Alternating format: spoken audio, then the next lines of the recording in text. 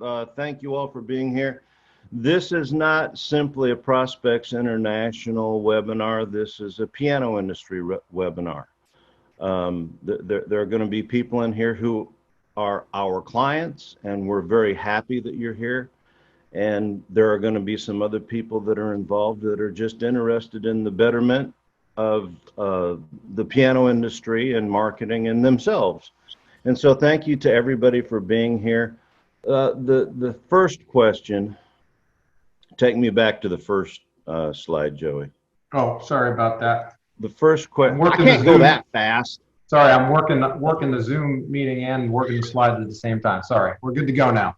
A good way to restate this, why do 80% of piano sales professionals live paycheck to paycheck, is to flip-flop it. Everybody is familiar with the 80-20 rule. So at the very beginning, I'm going to turn everything on its head, and I'm going to go backwards and say, the way to answer this question is to look at those 20% that are the top performers. Because it's true in almost every sales organization, the top 20% create or generate 80% of the revenue. And so if we want to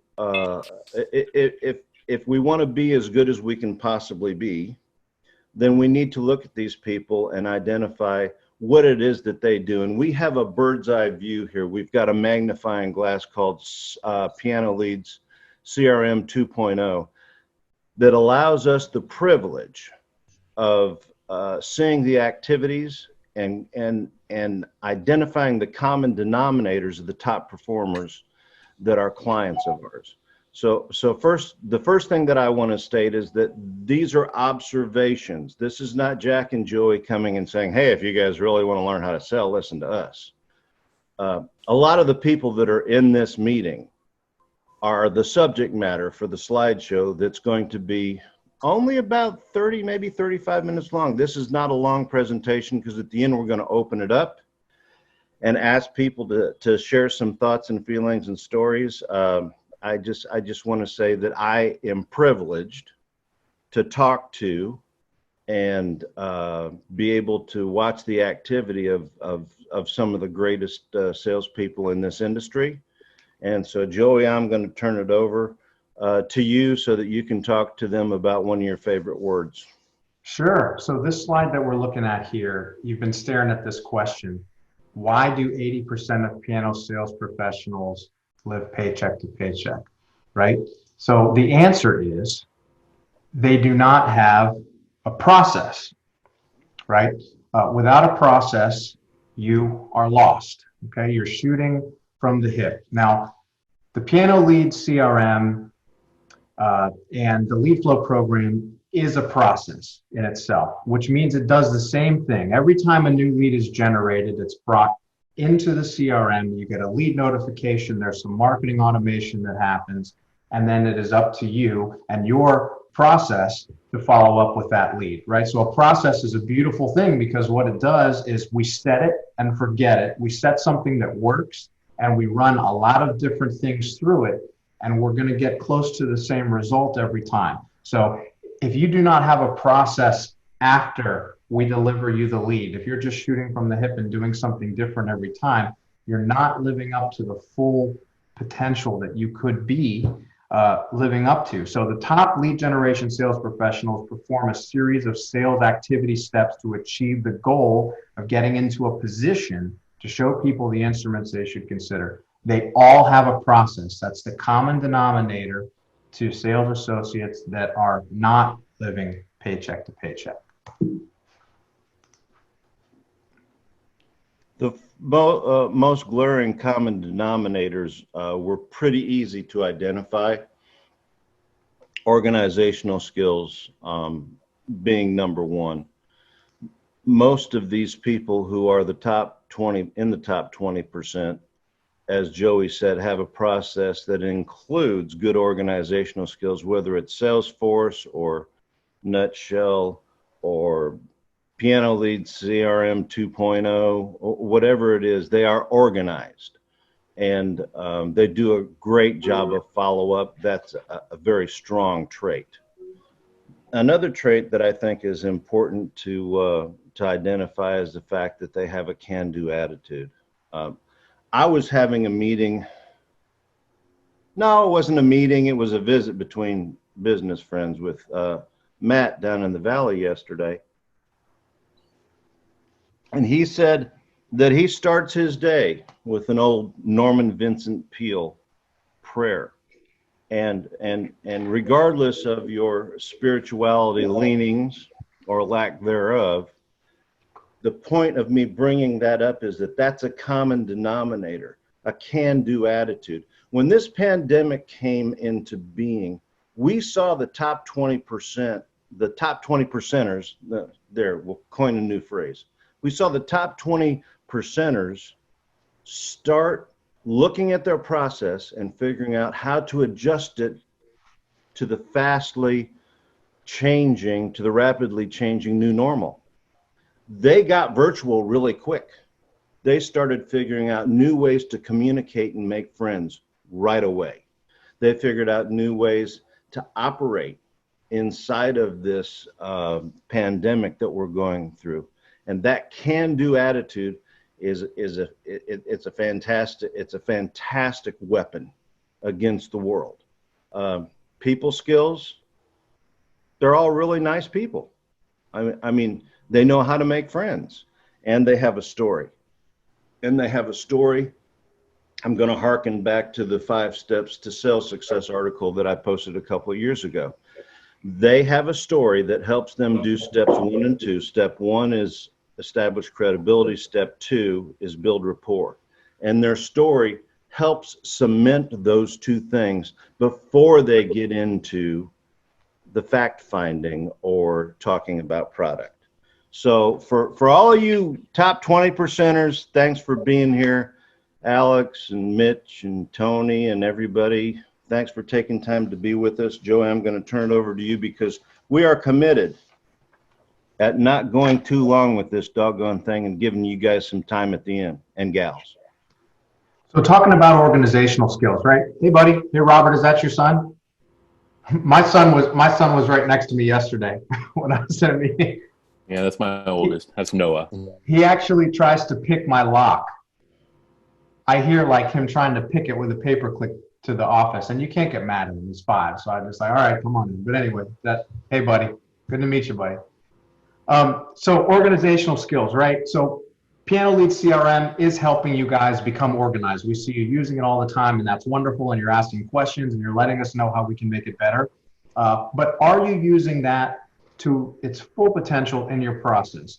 And what I mean is, you can adjust your process, for one example, by creating tags and sources within Piano Leads. Are you guys creating tags and sources? If somebody is looking for a baby grand, are you tagging that lead as a baby grand lead? And do you have a separate process that you put those people through? Is there a separate automation that happens within your process if somebody is looking for a baby grand? Are we asking only those people specific baby grand questions that we know are going to lead them to dialogue with us, or we know that are going to inspire baby grand customers? So if you're not using tags, if you're not using sources, if you're not programming your own automations based upon a tag that you give to a certain lead, call me, email me, let's talk about it, because I really think that that can help your process. The more automation that we can do, the better. Now, you can't take away the old-fashioned follow-up. That's so important, but the automation can help us spark that. There's a lot that we can do to our process to add that. So the top performers are organized, and the old saying is that time is money, and that bears itself out to repeat over and over again. So CRM is color-coded. There's a lot of take action methods that you can do. That may be part of your process as well. If lead expresses this, then I always do this take action. I always message them at this time, or I always send a text at this particular time, right? Lead enrichment. A lot of you guys tell me, you know what, if they have this type of job, I kind of approach it this way because I know that this works. If they're a writer or a doctor or a lawyer, I go this way because this has worked with that type of people, right? All part of your process, all part of things that you guys need to write down and remember to go off in your head. Oh, this prospect is classified as A, so I need to use a follow-up because that works all the time. right? Marketing automation, we all do that. Automations are pre-built in. You can make your own. And like I said before, you can fire automations based upon the tag that you give to the user. If they're interested in Upright, we tag them as Upright, and those automations will fire based upon an Upright customer. And then a final thing is reporting. We have a great reporting section. You don't know how your process is doing. You don't know if you need to improve it. You don't know if you need to make changes unless you know your numbers. What's your conversion rate? What's everybody else's conversion rate? How are we doing on leads tagged as baby grands? What's our conversion rate there? Well, I'll tell you what, we have a 5% conversion rate on uprights, but you know what? When they're looking for a Spirio, when they're looking for a distal veer, we have a 2%. Why is that? What can we do? How can we change the process to increase those numbers? So knowing your numbers, looking at your reporting, very, very important. Hey, Joey. Yes. Joseph, all of his people didn't make it to the meeting. Are we recording this? Absolutely. Okay. Yes, sir, Joseph, that's the answer. Can you go back? I just want to say one thing, as we say in the South, right quick. I would like to say that I think it's important to know individually as a sales associate what your numbers are. Let me give you an example. I've known for years, and I've threatened to change them, but they just don't change. They're the same. Okay, I hear it. Hi, welcome. And so my numbers are 25, 5, 2, and 1. If I make 25 outbound attempts of any flavor, whether it's a phone call, whether it's a text, whether it's an email, if I make 25 attempts, I'm going to get in dialogue with 5 people. Out of those 5 people, 2 of them are going to be meaningful conversations, and eventually one of them is going to do business with me. Those have been my numbers forever. It doesn't matter what your numbers are, but it matters a great deal if you don't know them. The old saying is we should manage by the numbers. Now, I don't buy into that totally because I think people buy on emotion and back it up with logic, but logic doesn't have its place in our sales life. So you can go on to the next one now, Joey. I just wanted to, I wanted to hit on the numbers just real quick there. The can-do attitude it's contagious. You know, one of my favorite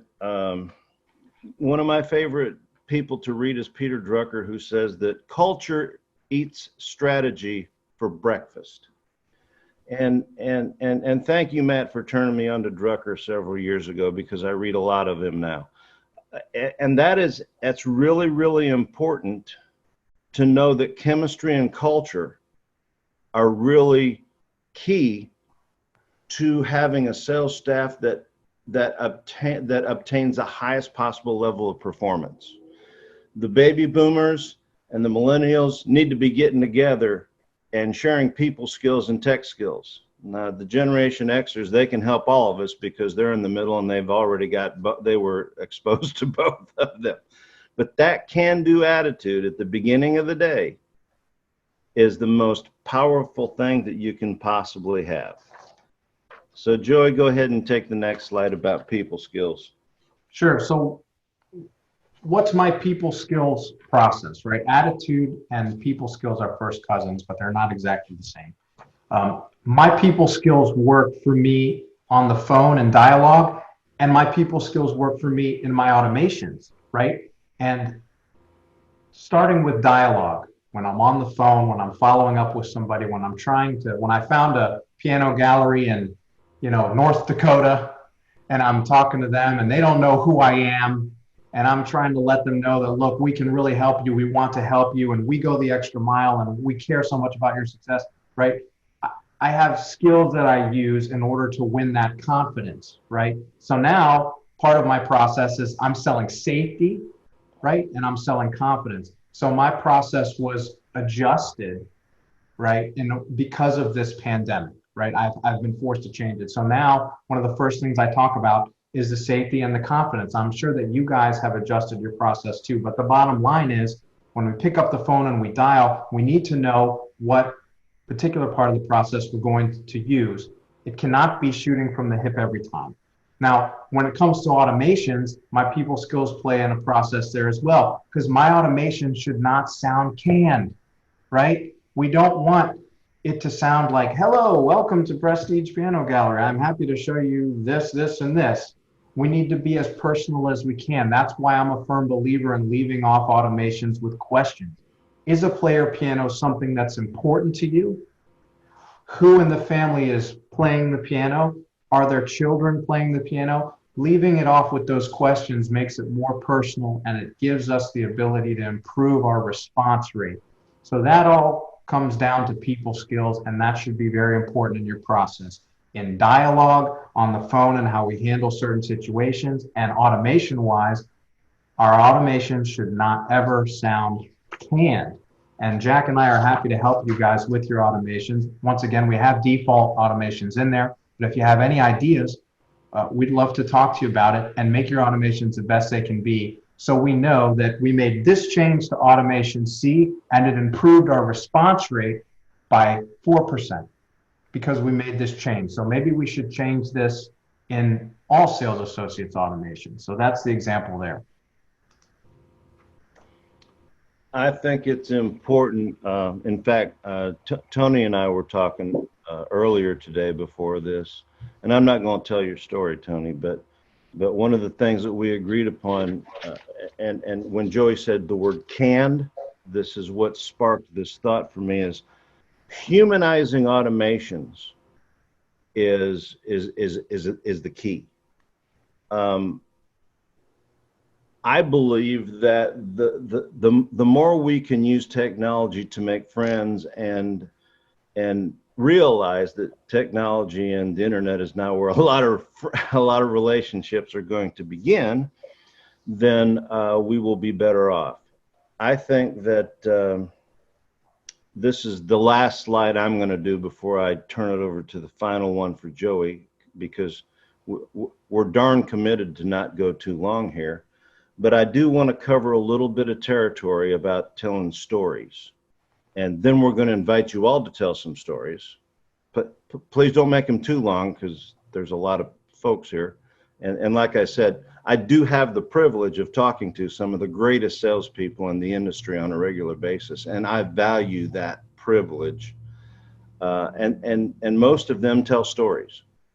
And they do a really, really good job. There was a book, I believe it's probably 20 years old now, by Seth Godin. And the book's title was All Marketers Are Liars. But the word liars is slashed through, and it says, tell stories. That's how it ends the title. All marketers tell stories. And I just want to read a couple of quotes that I think are really, really strong before we move into wrapping this thing up and opening it up. Stories, not ideas, not features or benefits, are what spread from person to person. That resonated with me a lot. Here's another one. If consumers have everything they need, there's nothing left to buy except for what they want. And the reason they buy stuff they want is because of the way it makes them feel. Which that Seth Godin quote reminded me of another quote from Harry Beckwith that says, people don't buy a thing, they buy what a thing does for them. So stories are important. Marketing is no longer about the stuff you make. It's about the stories you tell. And your story is a symphony, not a note. And most of the people here that are 20%ers, top 20%ers, are really, really good at slowing down the sales process and getting personal. And they do it by stories. It may be a short story. It may be three sentences long. It may be 5 minutes, but stories are important. I'm going to finish my section here by telling you a story about somebody who was running a very prestigious gallery across the pond. And he was unimpressed with the way his people were greeting people when they came into the hall. And so he gave them a script, and they instantly mutinied. Oh my God, that's not how we do things here. What are you doing? Handing me a script? That's rehearsed. That's terrible. We can't use a script around here. This will never work. a script is rehearsed, he says, aha, there's the secret. Don't let it sound that way. So having muscle memory in place, just like any performer will tell you, running through the scales, knowing the piece well enough that all you have to do is worry about performing it is really important.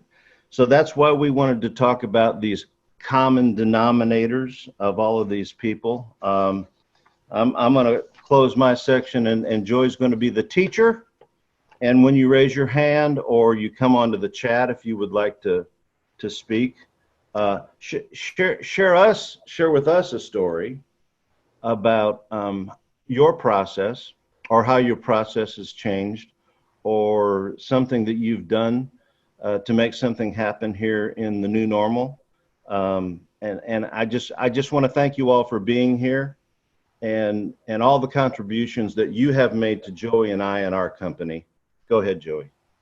Absolutely. We have 39 piano sales associates here with us right now. I'm privileged to be able to address you. I'm privileged that you guys consider us worth your attention, and we're dedicated, and we'll remain dedicated to helping you guys no matter what. So wanted to say that.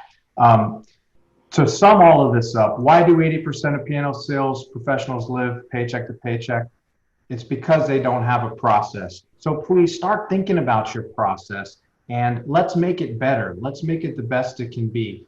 Jack and I are resources to you, and we will never turn you down if you're asking us to talk about your process, because that's what we live for. That's what we have built. That's what Piano Leads is, and your success is very important to us. So summing this up, we want to have a good, solid process. Within that process, we want good organizational skills. We want to keep a good can-do attitude. We want to have adequate people skills in our dialogue and in our automations. And we want to tell strong stories, right? So at this point, I'd love to hear some stories about your process, particularly how have you changed it? We are privileged to have the pulse of what piano sales associates are doing throughout the nation, right? We have clients in almost every state. And during this, we've spoken to them more than ever before, which is great. So we really have a pulse of what's working in the nation, what isn't working, people that are really thriving during the pandemic, people that have had 150 piano lesson students that all came in person every month. They switched, they put up an e-commerce process that allows people to put in a credit card and start being charged monthly for a virtual lesson. They converted all of them. Now you're still in a story, Joey. Oh, sorry, but I just thought that was so important. Still in stories, man. I thought that was so inspiring when I heard that, as you pivoted. So what are some of your stories about how you have pivoted? One last thing that I just want to say, what the process is secondary to the fact that you have one. It's so important that we do have one.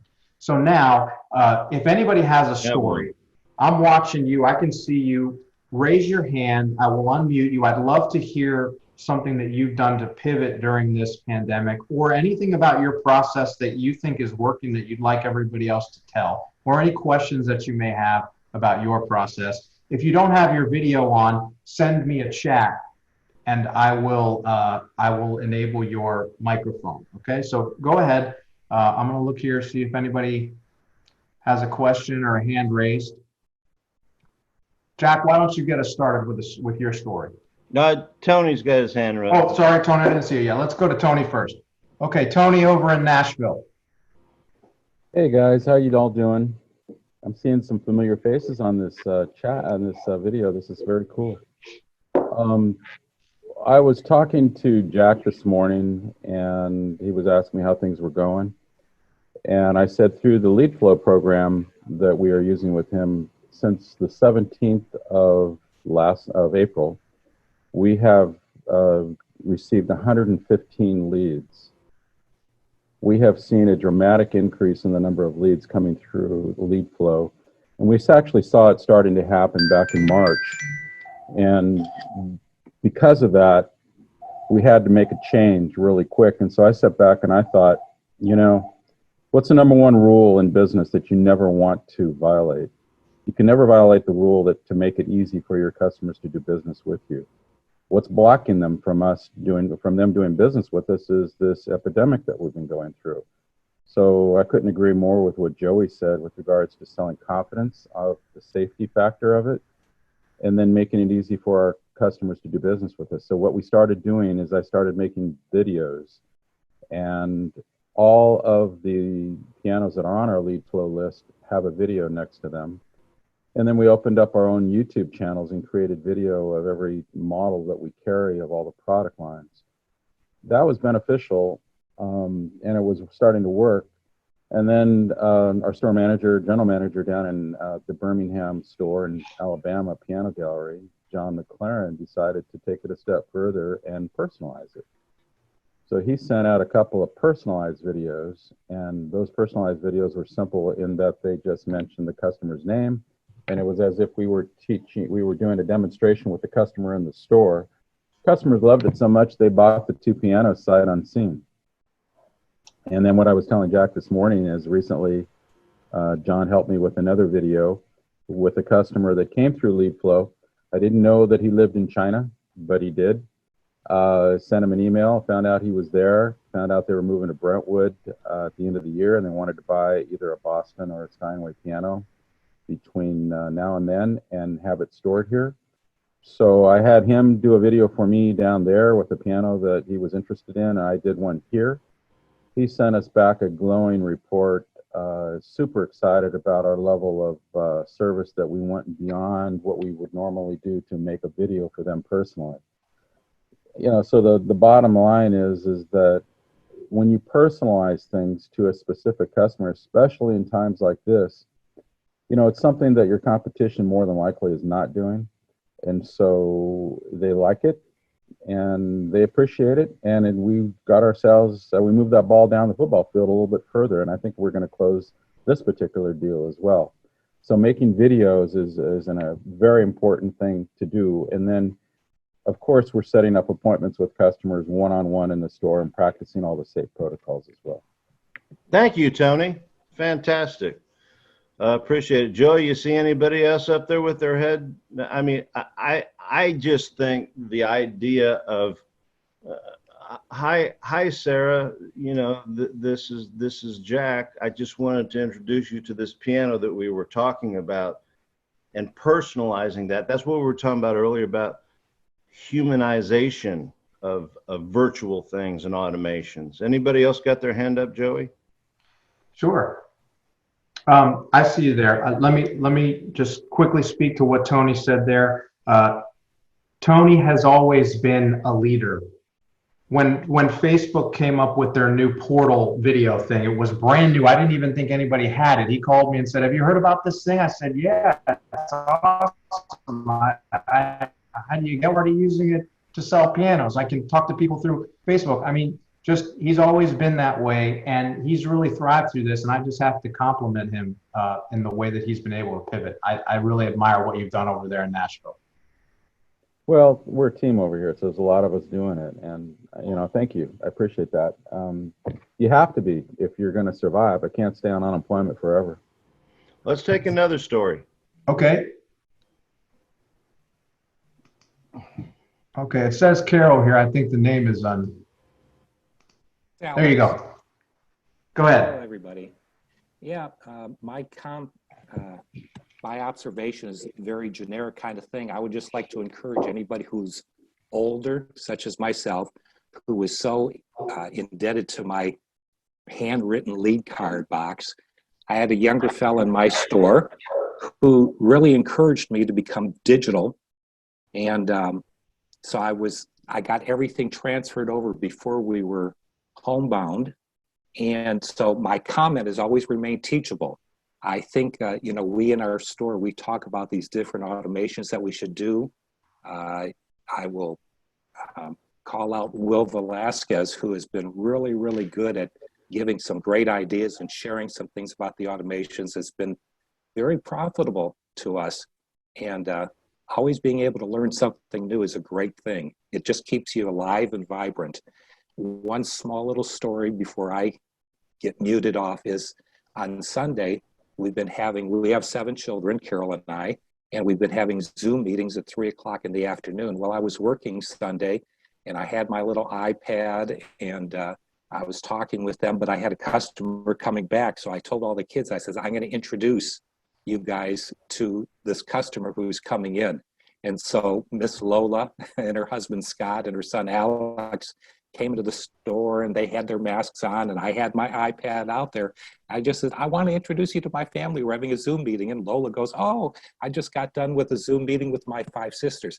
So all of that has to do with making that connection with people. And that's just, part of this business, having relationships with people and being able to build upon that. So that was lots of fun to me, very encouraging. And I think it can be part of everybody's life doing that kind of stuff.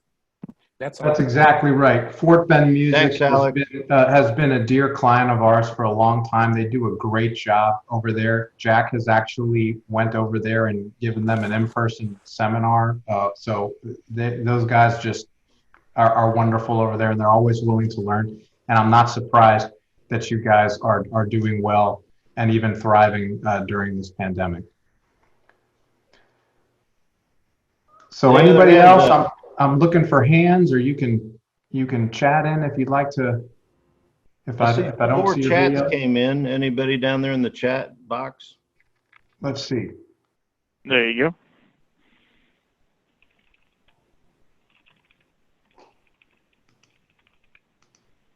Oh, sorry, I didn't have my chat window. Okay. Joseph, yeah, this will be recorded. Steven said automations are great, but it would be good to have a few automations pass for different places the leads come from. Not every conversation should start with used pianos.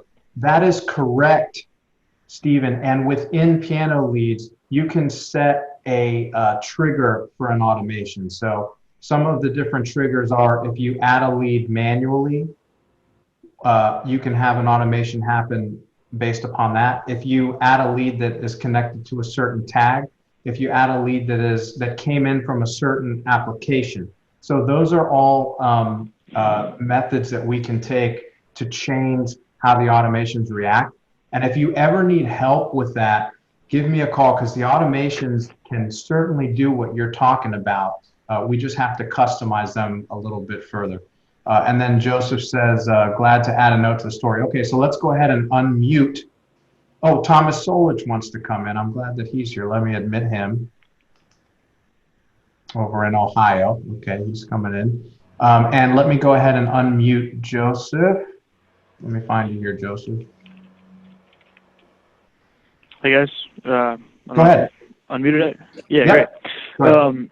So, yeah, we, Fox Music down here in Charleston, and Joey helped us a bit on this, but when we saw closures being imminent, we were pretty quick to say, offering delivery, knowing our delivery crew wasn't going to be every day.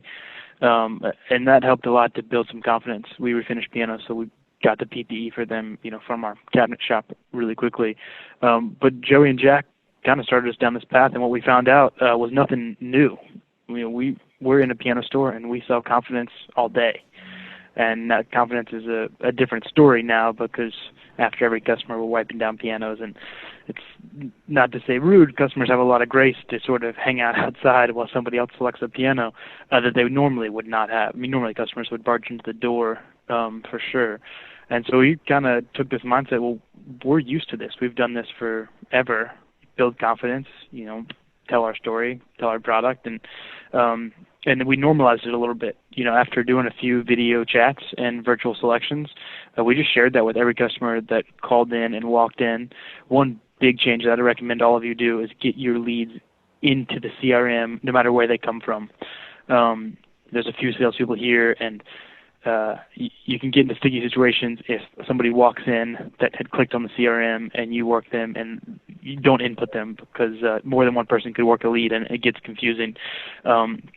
We do a lot of Facebook Marketplace advertisements, and those leads that are shopping through the internet are going to click on the prospect links and also, click anywhere else to do, how customers research. So I recommend getting as many touches as you can in the CRM as quick as possible to stop confusion. So self-confidence. It works. Thank you. That's Joseph Fox, family-owned business. It's a delight to deal with Joseph and his sales associates. They're very forward-thinking guys, and it's a privilege to be able to serve them over in Charleston and Columbia, South Carolina. Jack, do you have anything to add before I call on the next person here? No, but yes, I do.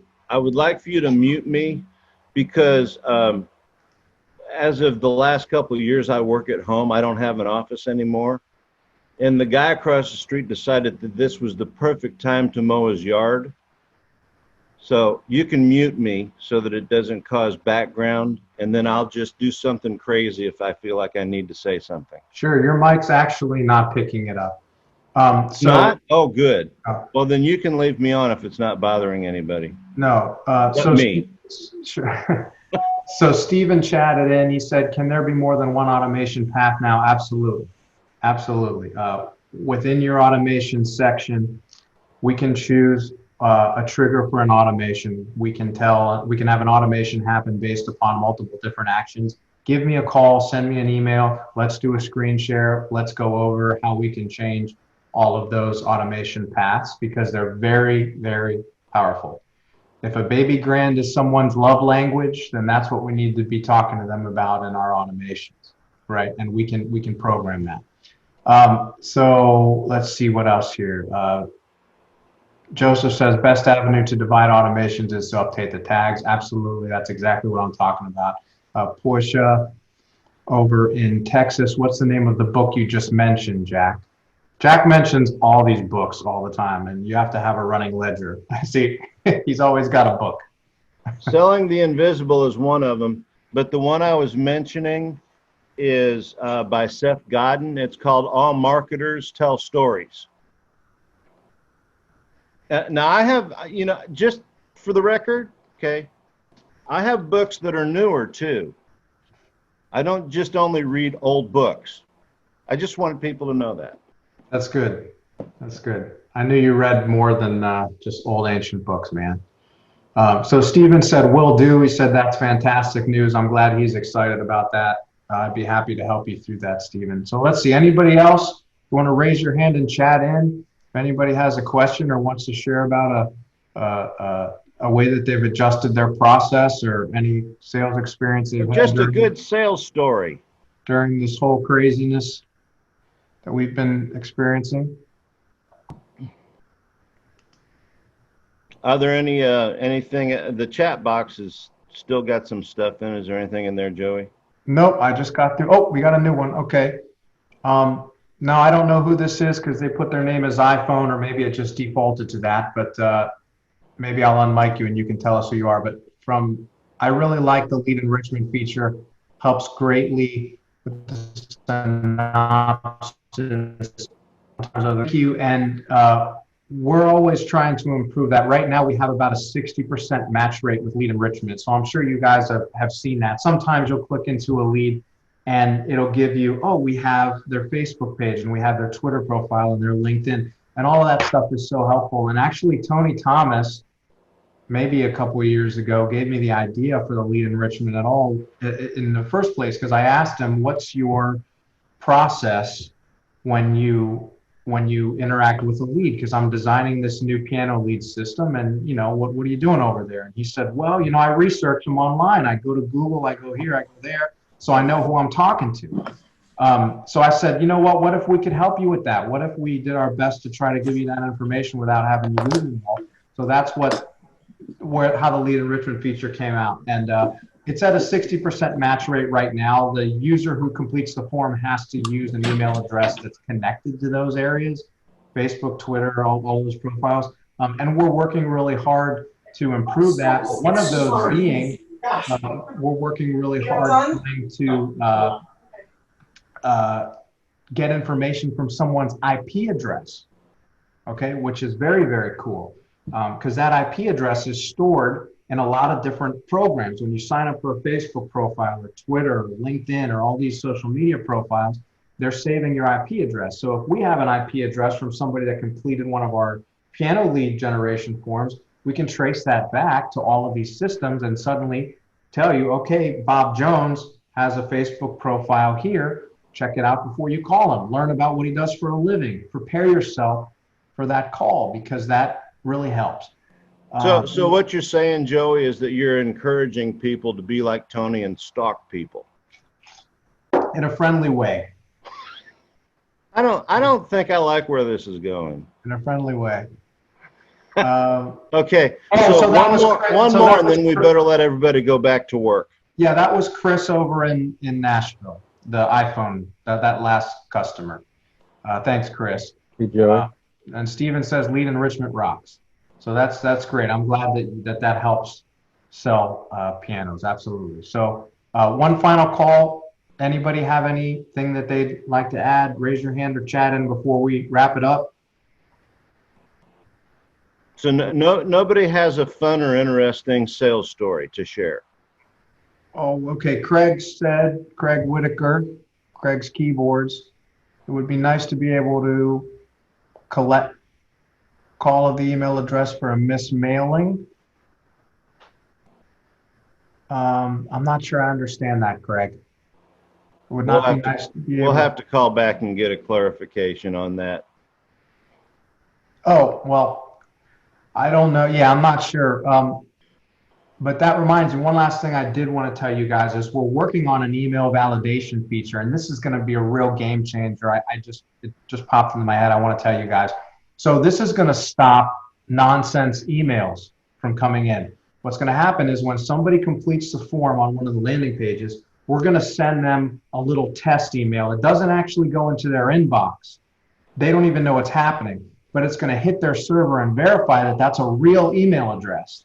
And then they're going to be able to complete the form. If they put in nonsense, a bad email address, we're not going to allow them to complete the form, right? So that's going to help you guys tremendously, because I know it's not cool to follow up on a lead and, oh, this email bounced because it's a bogus email address. I don't know why somebody would put in a bogus email address, because it says we're going to send you an inventory list. What is your email? You know, if you give us a bogus email address, you're not going to get it. But people still do that anyway. So I'm working on that for email and phone numbers. If you put in a bogus phone number, we don't want your lead, right? We don't want it. We want qualified, serious leads.